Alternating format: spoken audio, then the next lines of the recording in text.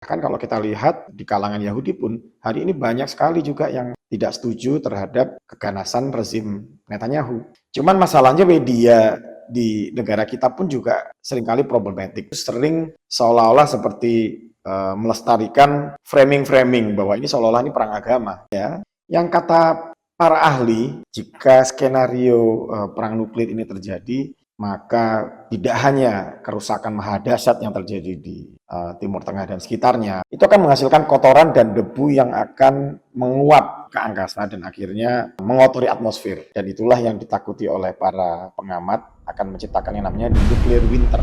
Jadi musim dingin yang diakibatkan oleh perang nuklir, sehingga menyebabkan perubahan iklim yang ekstrim dan berkepanjangan. Cuman jujur aja saya khawatir banget bahwa dunia tidak akan pernah sama lagi. Apa yang terjadi di Timur Tengah pada saat ini, perang yang semakin intens antara pihak Israel yang tidak lagi berhadapan dengan gerakan kemerdekaan Palestina, tapi kini sudah meluas hingga keterlibatan Iran, Hizbollah di Lebanon, kemudian pemberontak Houthi di Yaman. Saya pikir banyak di antara kita yang sadar bahwa saat ini dunia sedang tidak baik-baik saja. Tentu jika perang ini eskalasinya meningkat, dampaknya sangat berbahaya bagi kestabilan dunia. Apalagi jika kekhawatiran beberapa pengamat militer itu terjadi, yaitu perang nuklir. Ya, kiamat sudah dekat, teman-teman. Mungkin sebagian di antara kita merasa bahwa skenario tentang perang nuklir itu sesuatu yang sangat jauh dari kemungkinan terjadi. Tapi jujur aja, 5 tahun yang lalu, siapa sih di antara kita yang mengira bahwa Iran pada akhirnya berani membombardir Israel secara langsung, yang rudal-rudalnya seperti yang terjadi dalam beberapa hari yang lalu. Siapa sih di antara kita yang mengira 5 tahun yang lalu bahwa Rusia akan secara terbuka menginvasi negara yang berdaulat? Kita tahu ya, perang Rusia-Ukraina sudah terjadi kurang lebih 3 tahun ya. Kayaknya 3 tahunan lah ya. Jadi bukan tidak mungkin ya perang nuklir akan terjadi. Sementara banyak di antara kita yang masih menganggap konflik ini seperti pertandingan bola ya. Jadi ada supporter-supporter dari masing-masing kubu. Kalau ada pemberitaan tentang keberhasilan Israel dalam membunuh tokoh-tokoh politik lawannya, ini supporter-supporternya pada teriak semua, aplaus, ya Tuhan bersama kita, katanya seperti itu. Ketika terjadi serangan balasan, giliran supporter yang satunya sujud syukur dan yang lain bungkam. Seolah-olah kita sedang menonton suatu pertandingan olahraga sambil ngunyah kacang goreng. Tentu saja saya tidak sedang sok-sokan menjadi seorang pakar pengamat politik dan militer ala Timur Tengah. Saya di channel ini akan tetap fokus pada persoalan kebangsaan. Jadi saya akan membahas konflik di Timur Tengah ini dalam perspektif kepentingan bangsa dan negara ke depannya. Bagaimana bisa begitu? Ya, saksikan video ini sampai selesai. Nanti kalian akan paham pentingnya memahami situasi global saat ini untuk kepentingan bangsa negara kita ke depan. Saya akan memulai penjelasan di video ini dengan suatu keprihatinan atas bagaimana anak-anak bangsa di negeri ini memandang konflik antara Israel dan Palestina. Saya pikir banyak di antara kita yang memperhatikan ya bahwa walaupun secara mayoritas ya orang Indonesia ini pro terhadap Palestina, kemerdekaan Palestina, tapi kita paham bahwa di antara sama anak bangsa pun sikapnya juga terbelah.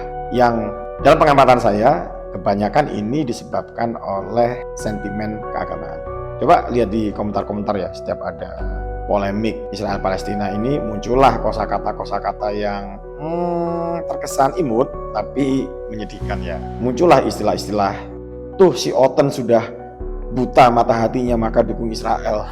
Si Ucilin kecewa ya, rudalnya ditahan Iron Dome. Aduh, Oten, Uclim. Terdengar imut, tapi itu cukup sedih.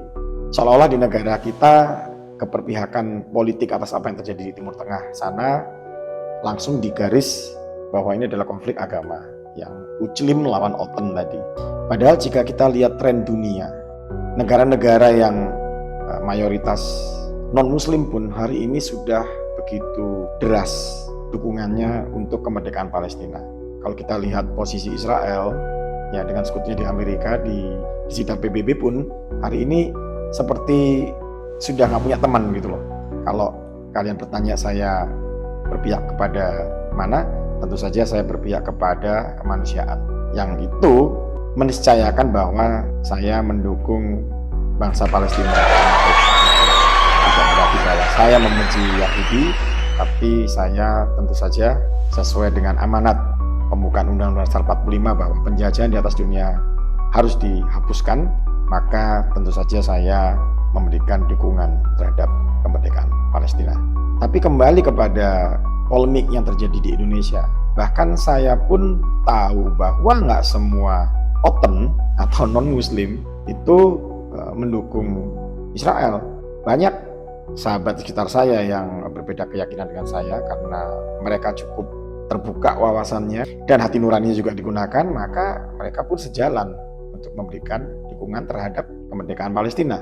Maka harapan saya sebetulnya ayo kita tahanlah untuk tidak mengeluarkan statement-statement yang semakin menguatkan kesalahpahaman bahwa ini adalah perang antar agama. Katakanlah kalau kita mendukung pejuang Palestina, coba deh dikurangi sedikit kata-kata misalnya kepada saudara muslimku Palestina.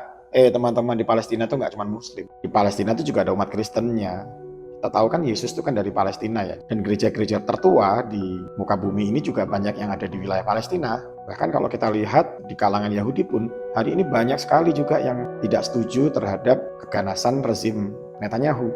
Cuman masalahnya media di negara kita pun juga seringkali problematik. Bahkan stasiun-stasiun TV nasional ya yang sudah kakap pun itu sering seolah-olah seperti melestarikan framing-framing bahwa ini seolah-olah ini perang agama. Misalkan saja ada satu stasiun televisi yang kebiasaan ya, jadi menghadirkan narasumber yang pro Israel dan pro Palestina, tapi entah kenapa narasumber dari pro Palestina ini yang dihadirkan dari kelompok agamis misalnya. Padahal kalau mereka mau mendatangkan dari yang benar-benar netral atau bahkan non-muslim yang bersimpati terhadap Palestina pun tidak susah untuk dicari di Indonesia. Saya bahkan sempat gemes ya, saya komen di salah satu IG dari salah satu presenter TV nasional ya, ketika dia mengatakan bahwa boikot yang dilakukan oleh kaum muslimin di dunia. Saya bilang, Mbak, yang boikot itu nggak cuma muslim tok loh. Di luar itu malah lebih brutal.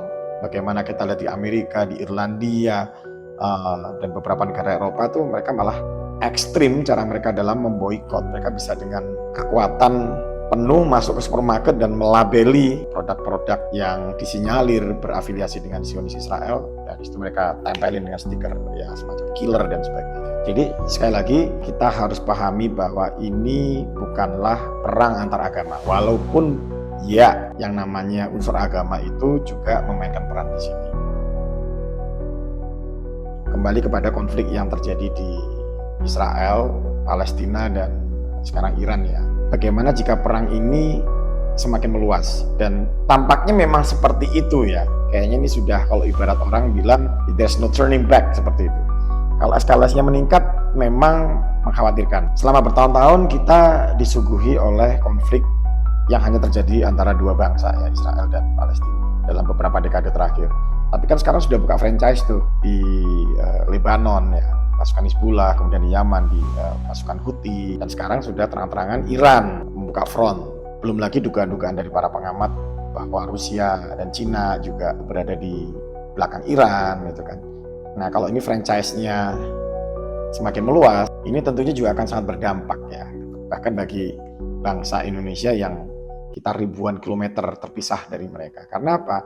Karena kalau perang meluas, nah ini bisa jadi misalnya akan muncul yang namanya krisis kemanusiaan, akan banyak ribuan bahkan jutaan pengungsi yang bisa jadi mereka akan larinya ke negara kita.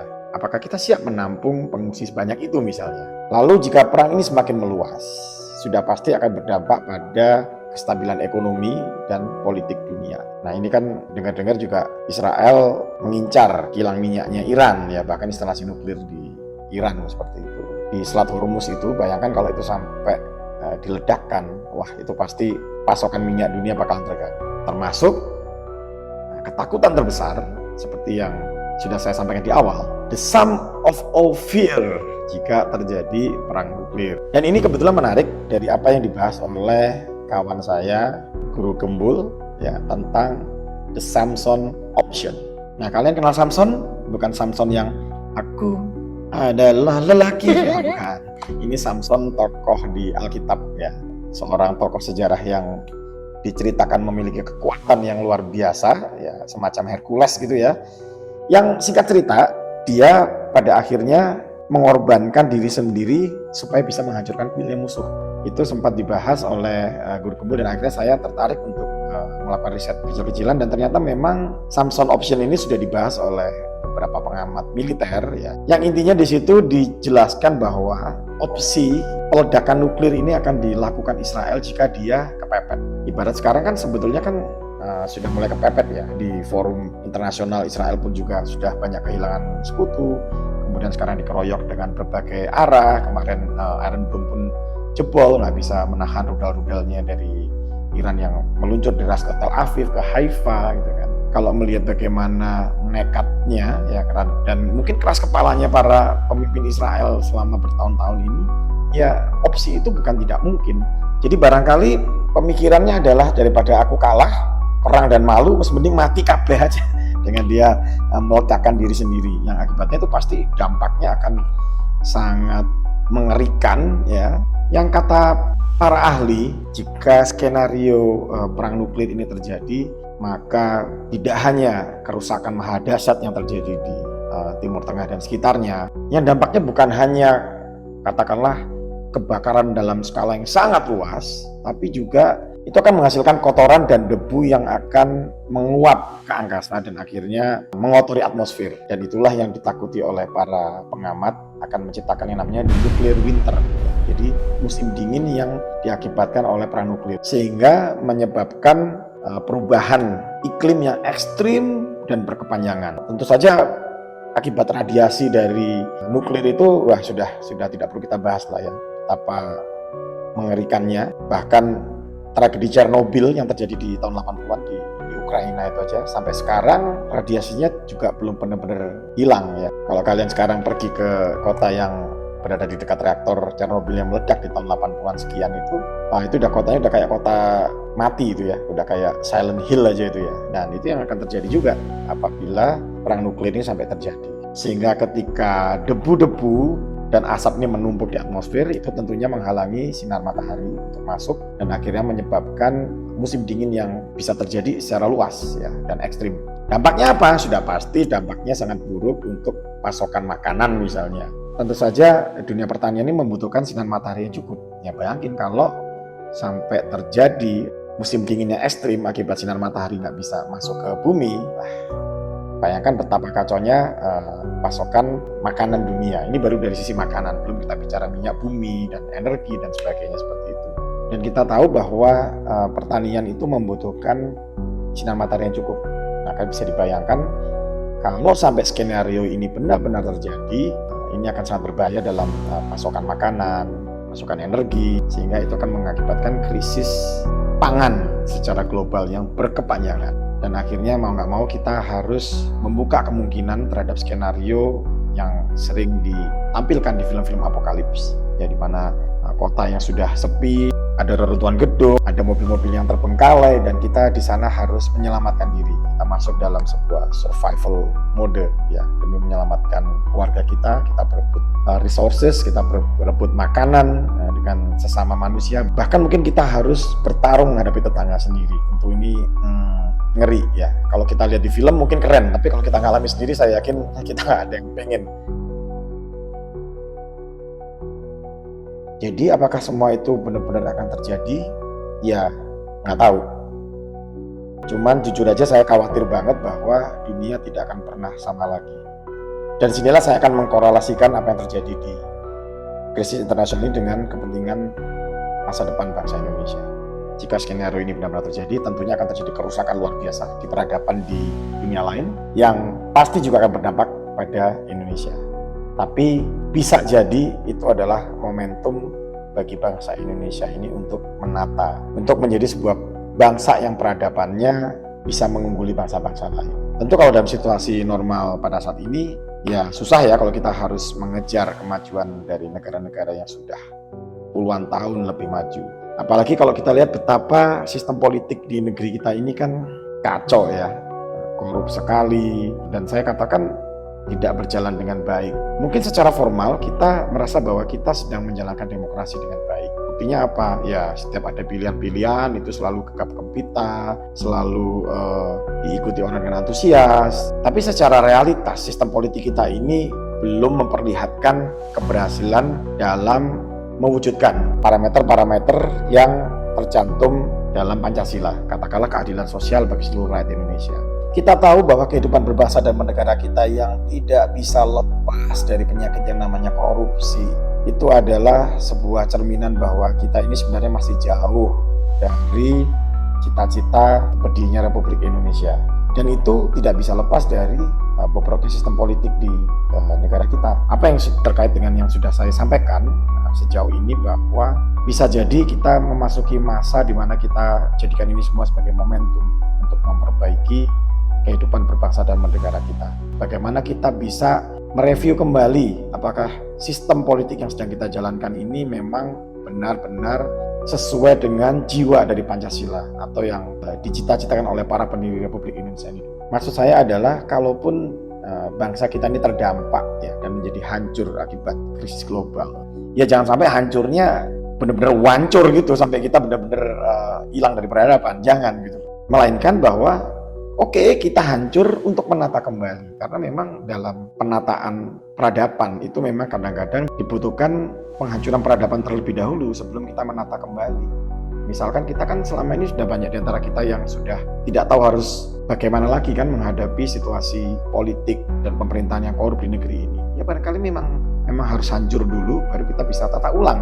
Yang paling penting adalah ketika momentum itu tiba, kita sudah siap. Untuk menjadi siap, maka kita harus punya pengetahuan, kita harus tahu problem yang ada di bangsa dan negara kita ini seperti apa, lalu kemudian kita punya gagasan ke depan.